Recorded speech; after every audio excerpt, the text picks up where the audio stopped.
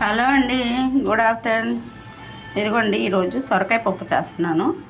ఇదిగోండి చిన్నది సొరకాయ ముక్క, 2 టమాటాలు, 4 పచ్చిమిర్చి, కొంచెం పసుపు, ఆయిల్,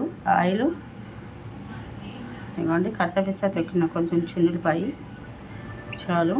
ఇంకన్నీ కుక్కర్లో పెట్టి కాస్త ఒక 3 విజిల్లు బాగా ఉడకనివ్వకుండా 3 విజిల్లు వస్తే చాలండి. కొంచెం కచ్చాపిచ్చా ఉడికిద్ది. అప్పుడు మనం తీసి చింతపండు కొంచెం కారం వేసేసుకొని తాలింపు వేసేసుకుంటే బాగుంటుంది. ఎక్కువ విజిల్లు వస్తే ఏంటంటే మెత్తగా ఉంటుంది పప్పు. అలా చిన్న పిల్లలకి అయితే బాగుంటుంది, కానీ మనం పెద్దవాళ్ళం కదా, కొంచెం పప్పుగా కొంచెం అనుకనుగా ఉంటేనే బాగుంటుంది. కాబట్టి ఇట్లా చేద్దాం. 3 విజిల్ కంటే ఎక్కువ వద్దు. సొరకాయ పప్పు అప్పుడు సొరకాయ ముక్క కూడా మన పంటికి తగులుతూ ఉంటుంది. ఓకేనా? ఏం చేస్తున్నారు అందరూ? వంట చేస్తున్నారా మీరు కూడా? నిన్న ఊరేళ్ళు వచ్చాం కదా, ఈరోజు వంట మొదలు పెట్టామన్నమాట. ఓకేనా? మా అమ్మ వాళ్ళకి కూడా బాగానే ఉందండి. నేను వర్షంలో వచ్చేసరికి గొంతు కూడా తేడా వచ్చేసింది, జలుబు చేసి. ఓకేనా? బాయ్. ఇంకో వీడియోలో కలుద్దాం.